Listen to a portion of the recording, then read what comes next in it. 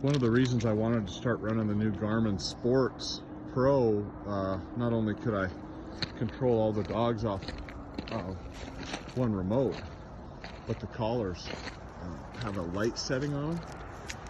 Not that the dogs need lights to do anything, but boy, it sure makes it nice early in the morning when you've got them out and about and people can at least see them. You know, in parking lots or whatever, but they can get quite a ways away, and I can keep an eye on them. It's way darker right now than it looks in the video, but having the lights on there's a definite plus. The Garmin Sport Pro